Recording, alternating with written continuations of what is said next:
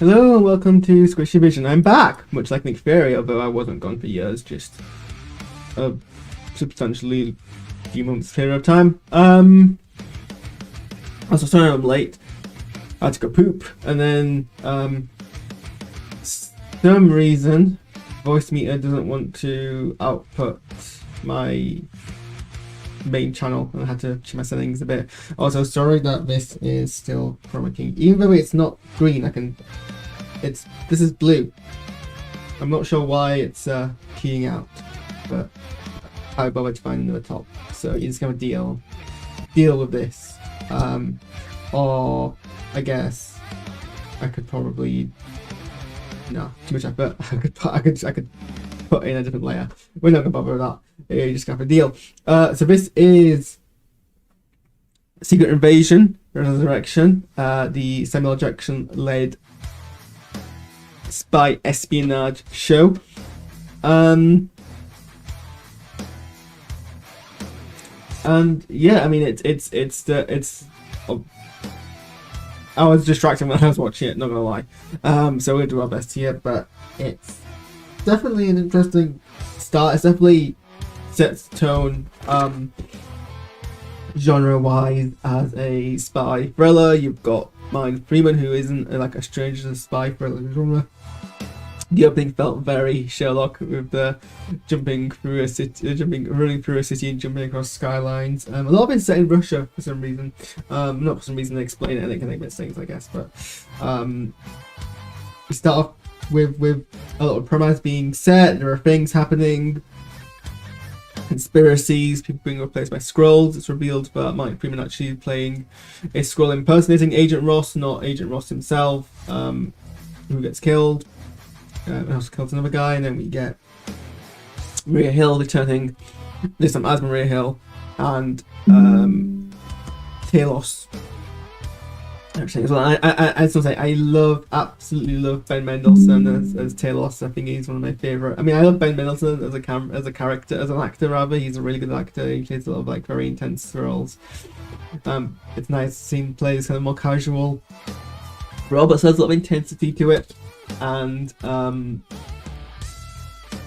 fact that they're letting him sorry, got toast in my toast in the back of my throat. It's nice to see Ben Mendelsohn kind of being able to use natural Australian accent, because it gives that kind of little edge to it. But yeah, I mean, this episode sets kind of the players and what's been happening. I mean, so Nick Fury's been hiding up in Saber, not bleeding with Earth stuff for a couple of years, so he's a bit out of the loop. He's out of the loop, but obviously he's now returned because of this new Skrull threat, and he's kind of trying to find his feet. And I guess the kind of issue that's being presented here is this Nick Fury no longer Nick Fury who we've been used to? It's Nick Fury who's so much on his back feet. Did the blip change him rather? It being away from Earth has that put him out of the loop too much. And then you've got obviously Hill, who's basically there as the person who knows Nick Fury the most. But Talos and Nick Fury have this like deep relationship that they've built over the years of working together. It's actually kind of cute because they seem to so it seems that apart from Hill and Coulson when he was alive, Talos is like my other kind of tertiary person who has this close relationship with Fury that Fury absolutely trusts completely. And you know, they're open with each other, and he's in the few kind of inner circle for Fury. But a lot's happened with Talos as well. Sauron, who appeared in Captain Marvel, has died off screen. We don't know if we're going to see that or not, but it's implied that it was fighting this resistance cell. And the guy who we saw last story in Captain Marvel has basically joined the other side, and that's his kind of trauma, that's his kind of weak spot that he's dealing with. Then we also see a very brief scene of Don Cheadle, who is on the American side, and they're a player, and they're kind of very uncertain about what Nick Fury is going to do. Then we have Olivia Colman's new character, whose name I've forgotten, from MI6, and her kind of whole threat is that she believes in dealing with a problem by scorching it off the earth, scorched earth policy, and so she'll want to deal with this problem by basically just getting rid of everyone who's connected to it and starting from scratch, which is not what Nick Fury wants.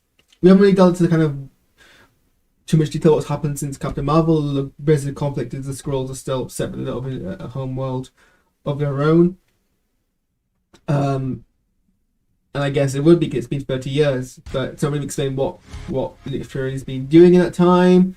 You know, whether he's been doing enough, if he hasn't been doing enough, why hasn't he been doing enough, why it's also his responsibility. I mean, he said he'd help him and Captain Marvel, but also, like, I mean, they can help themselves a bit, right? I don't know why it's like all on him and why they're helpless. But it seems that they're kind of the inclination now about Earth is a good enough place for invaders, and that's kind of, we're now getting back to this whole Skrull threat policy. So yeah, I mean, it's a fairly gentle episode. There's nothing kind of huge about it, I would say. It's kind of just breaking it in gently with the players, the character bouncing off each other. They throw a lot of like spy tropes in, but they kind of also play around with it as well. It's definitely shot in a way which says spy thriller. There's a lot of like kind of harsh lighting, but also kind of, well, I mean, there's a variety of cinematography. There's harsh lighting, there's soft lighting, there's a lot of like sepia stuff. There's also a lot of like black and white stuff. The whole thing about, you know, trailing people, watching like people from afar, kind of thing. But obviously the added bonus that you've got alien shapeshifters in the mix, who also have a degree of super strength as well. I wouldn't say it's kind of like most, I mean, maybe it was kind of distracted. I wouldn't say it's the most kind of womp episode to me in terms of like stuff. There's definitely the ending spoilers. Maria Hill gets shot and apparently dies. Some people are speculating on Twitter that this is a red flag and that it's going to be a Skrull reveal, which is within the realms of possibility. People are saying that if this isn't the case, then it's kind of like they're fridging the character after basically coming back for the first time in a few years' time.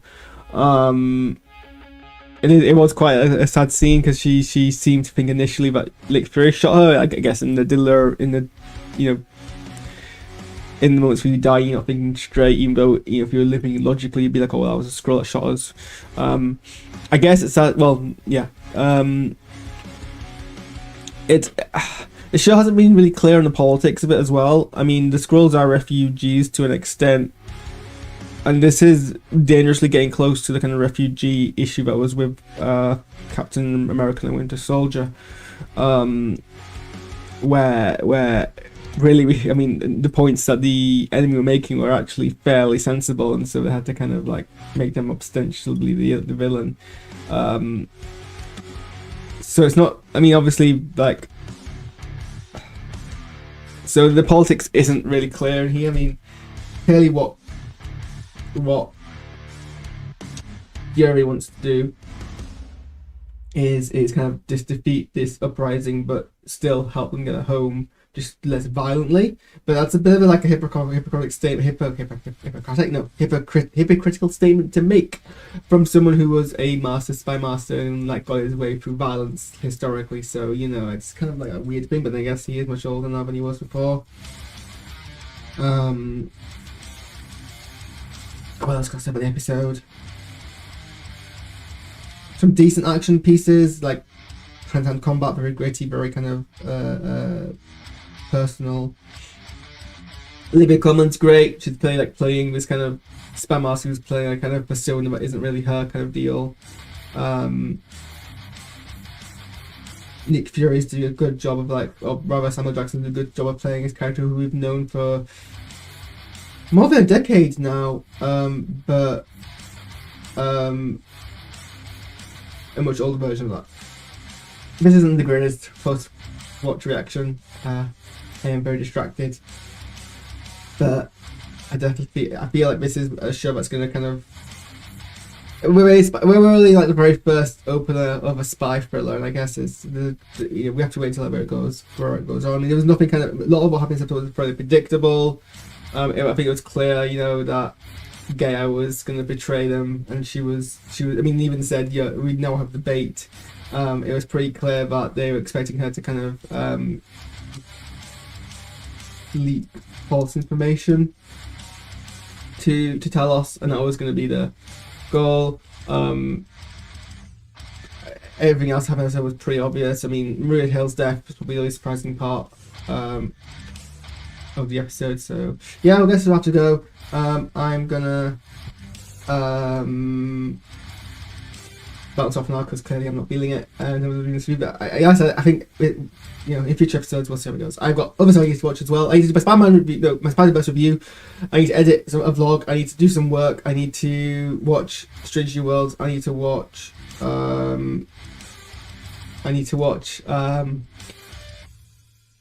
Star Wars Visions and that cartoon, the Jedi cartoon. All right, well, I'll see you guys there. Bye. Apologies.